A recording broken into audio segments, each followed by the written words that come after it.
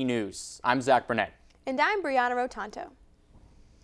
Police have arrested a Hartford man after he allegedly stole a car and used a credit card that was inside of the vehicle. In August of 2016, police received a report from a Hartford resident who had his car stolen. The burglar also got access to and used the resident's credit card, which was located inside the car. Detectives identified 18-year-old Luis Rodriguez of Bushnell Street in Hartford as the suspect and interviewed him. Rodriguez admitted to being part of the group that would drive around different towns and look for unlocked cars to steal. South Windsor police later obtained an arrested Rodriguez on Wednesday under the charges of conspiracy to commit burglary, conspiracy to commit larceny, and illegal use of credit card. Rodriguez was held on a $25,000 bond and is scheduled to appear at the Manchester Superior Court on Thursday. Recently, reports and threats of clowns have been popping up on social media. This trend has some people on edge, but many of the reports have been ruled not credible by local officials. At the University of Connecticut Monday night, rumors spreading around campus resulted in students leaving their dorms to search for the creepy clowns. Some of the students were armed with golf clubs and hockey sticks. A rumor spread that Quinnipiac University was on lockdown Monday night, but the school tweeted that everything was running normally. Public safety received several reports about a clown but found nothing upon investigation.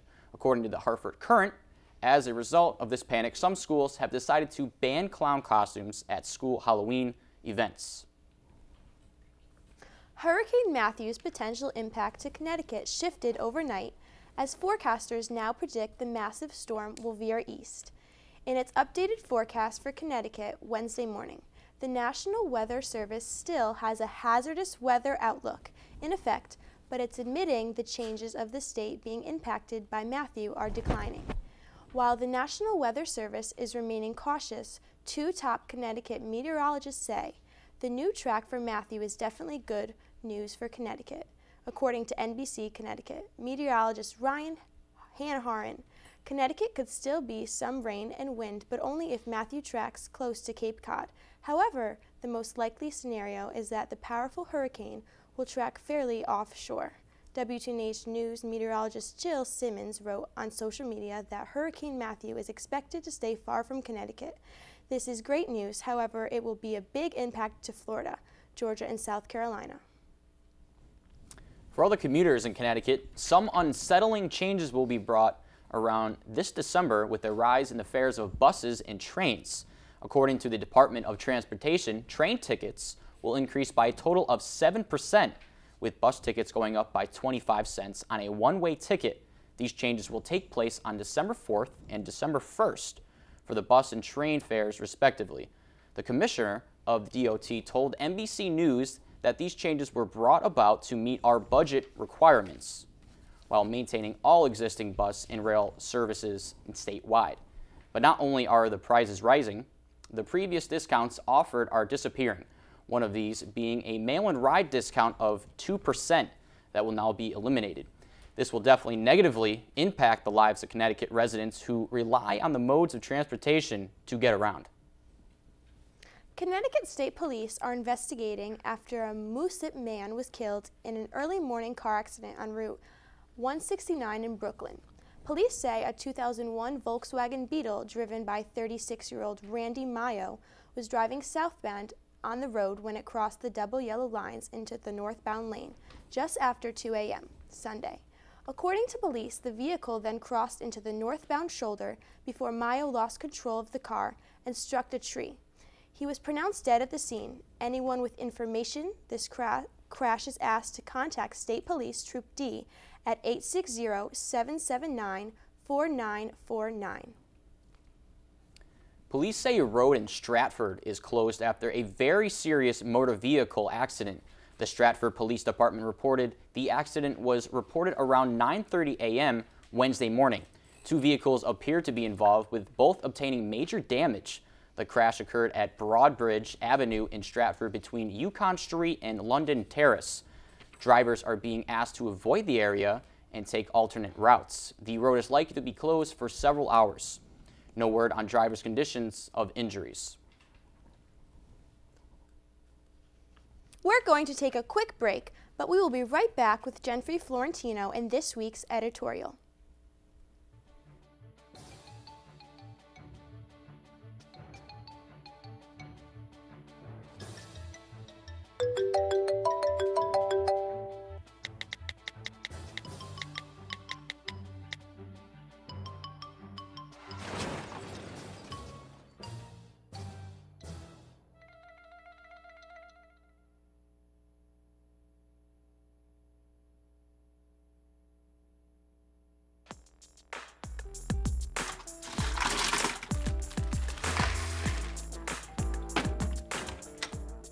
Thank you.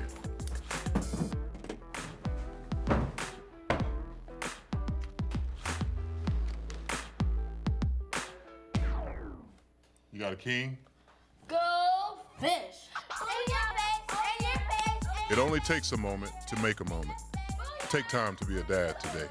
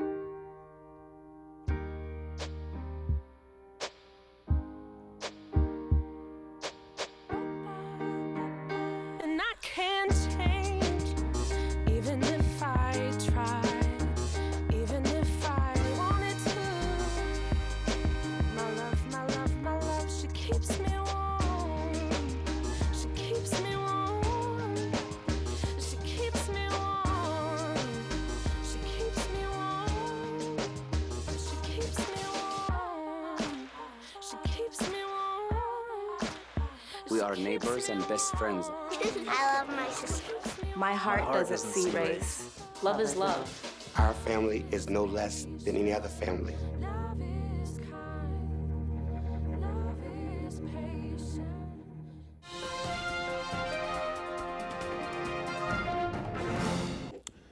Hello Eastern, I'm Jenfrey Florentino with this week's editorial. What started as a series of sometimes disturbing and sometimes criminal creepy clown sightings in the southeast region of the United States with men dressed up as clowns and trying to lure children into the woods has become a growing and unexplained phenomenon that stretches up the East Coast and places far west. Threats on social media and alleged sightings have led to school closings and official warnings from law enforcement, along with more than a dozen arrests. Here is a series of clown sights, threats, arrests, and false reports since August. On August 29th, residents at the Flintwood Manor Apartments in Greenville County, South Carolina, reported that a person wearing a clown costume had been spotted lurking around the neighborhood, around the apartment complex, trying to convince children to come into the woods. On September 19th, several children reported a series of clown sightings in different neighborhoods of Annapolis, Maryland. Police later confirmed that reports to be a hoax. On September 21st, a middle school girl in Athens, Georgia, is arrested after bringing a knife into school. She claims it was for protection against clown attacks. Also on September 21st, a 12-year-old in Pottsville, Pennsylvania, is chased by a clown through a park. On September 24th, a Palm Bay, Florida resident reports spotting two killer clowns while walking her dog. She says the clowns were staring at her and frightened her to the point that she had to call the police after returning home. On September 25th, a child in Phillipsburg, New Jersey, is chased by three people who emerged from the woods dressed as clowns. Nobody was hurt in the town, but it is the fourth incident reported in the area. Residents plead with the troublemakers to stop the antics. On September 27th, Tennessee officials put out a warning telling residents to be safe as Halloween is approaching. Also on September 27th, police in Phoenix say two different fast food restaurants were robbed by suspects wearing clown masks. On September 30th, the New York Times reports that false reports of threats in connection to sightings of creepy clowns have led to the arrest of 12 people in over 10 states.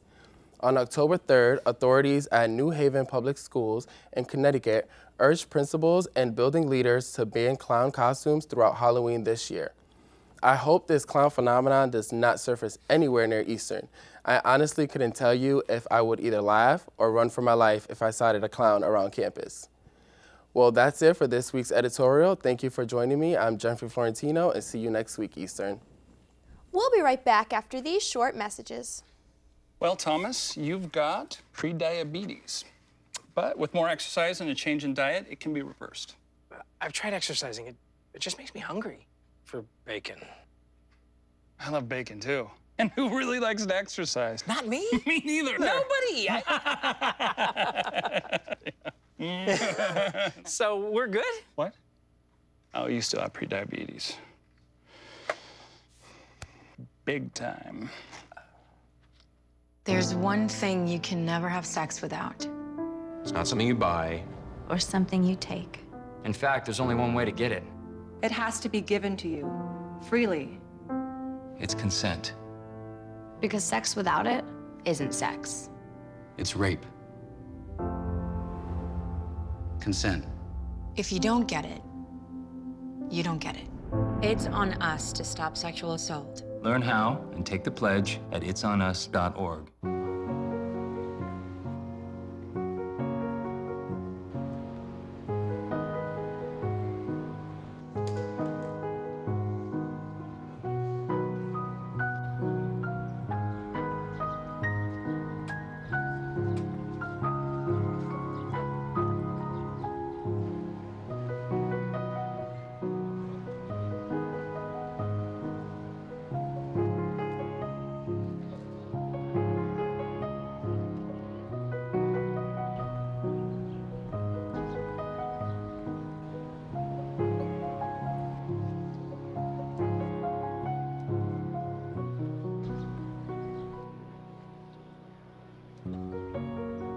We'd do anything for kids.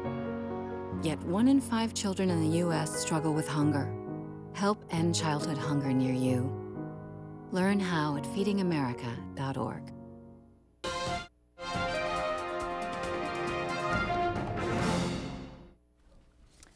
Have you ever seen the show Whose Line Is It Anyway? Well, come join Eastern's new improvisation club this Friday in the Studio Theater of the Fine Arts Instructional Center at 10 p.m.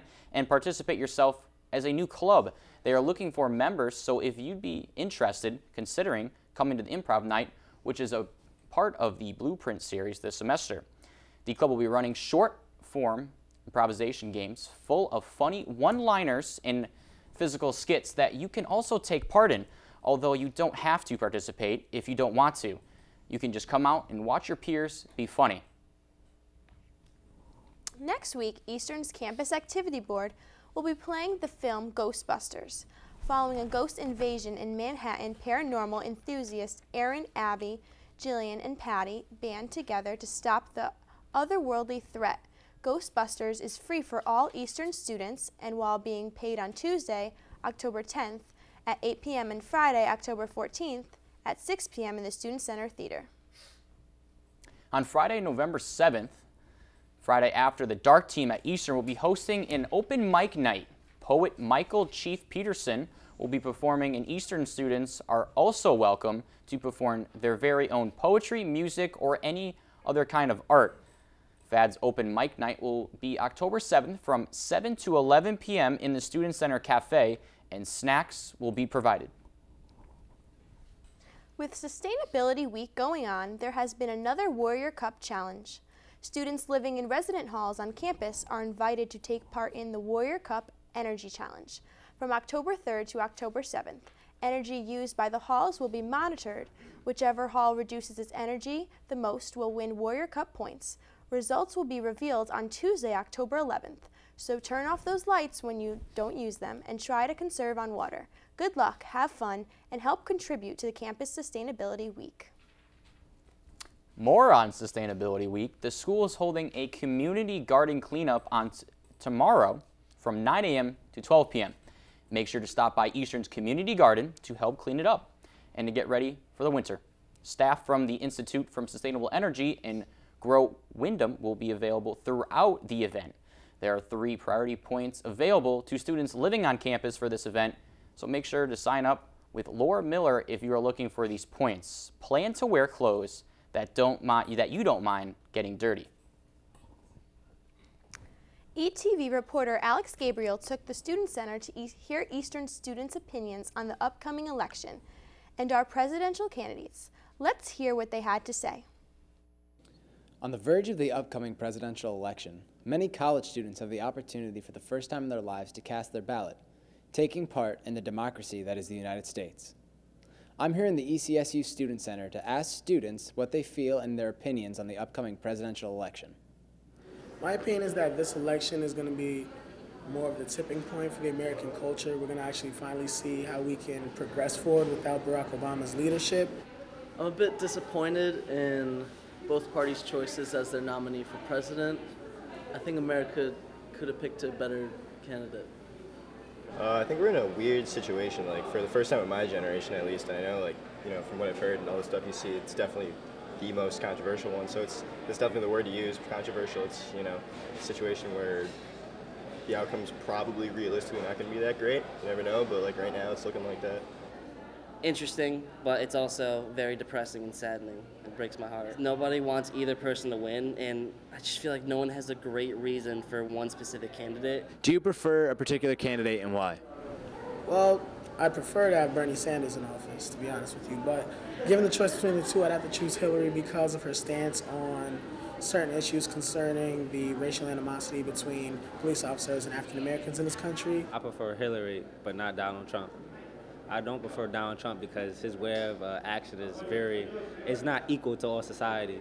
I am not a huge fan of all the banter that just goes on between the two candidates. I wish it was a little more mature and political. It's kind of hard to form an opinion on any of the candidates when all you hear is just the muckraking that goes on between the two of them. Despite various opinions on either candidate or the election itself, only time will tell who will be the next president of the United States. I'm Alex Gabriel with ETV News. See you next week. Thanks, Alex. Now let's check in with Andrew Fitzgerald in the Warrior Weather Center for this week's weather update. Thank you, Brianna. Hello, Eastern. I'm Andrew Fitzgerald with this week's weather forecast. So for tomorrow's forecast, throughout most of the day, it's gonna be sunny with clear skies and a high of 74, so it should be a really nice day outside. For your morning commute, it is gonna be very chilly. It's gonna be partly cloudy skies, so make sure you bundle up when you're going to work or bringing the kids to school. For our midday lunch break, we're gonna have some sun, clear skies, and it'll warm up, so you'll definitely feel that mid-70s. It'll feel nice. And then towards the evening, when you're going back home for the weekend, clear skies, cool at times, so it'll be a little chilly, so make sure you bundle up. And now for our 7-day forecast. 5-day, I apologize. Friday, we're gonna have partly cloudy skies with a high of 74 and a cool low of 45, so if you do go outside on Friday, make sure you bundle up at night. Saturday, we're gonna have a few PM showers and a high of 70, low of 52, so it could be a little humid on Saturday. On Sunday, it looks like some AM showers with a high of 64 and a low of 42, so it's gonna be a little cooler on Sunday. Monday looks a little more promising with bright sunshine and a high of 62 with the low of 43. So make sure you get outside and enjoy the day. And on Tuesday, mostly sunny with a high of 66 and a low of 47. That's all I've got for this week. I'll see you next week. There's nothing there. There's nothing there. We'll be right back after these short messages. Patriotism. It inspires passionate debate, and it's worn like a badge of honor with good reason. Because it means love and devotion for one's country. Love. But what really makes up this country of ours? What is it we love? It's the people. Almost half the country belongs to minority groups. People who are lesbian, African American, and bi, and transgender, and Native American, and proud of it. After all, what's more American than freedom to celebrate the things that make us, us? This year, patriotism shouldn't just be about pride of country. It should be about love. Love beyond age, disability, sexuality, race, religion, and any other labels. Because the second any of us judge people based on those labels, we're not really being patriotic, are we? Because love has no labels.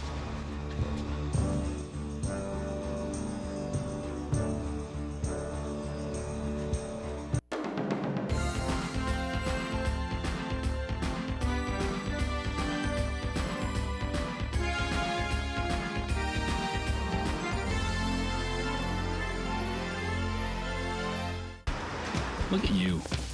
You're at the top of your game. At work or at play, you're unstoppable. Nothing can throw you off track. Oh, hey, she's cute. Nice going, man. Things are going great for you. You've earned a night out. Good drinks, good friends. Yeah, we can go ahead and call this a good night. Wait, is that your car? Uh-oh. Not smart. Yeah, I saw that coming. Say goodbye to her. Ouch, that'll hurt your bank account. You're looking at around 10 grand in fines, legal fees, and increased insurance rates. I hope you like eating frozen dinners. Alone. Let's try this again. Smart move. Because buzz driving is drunk driving.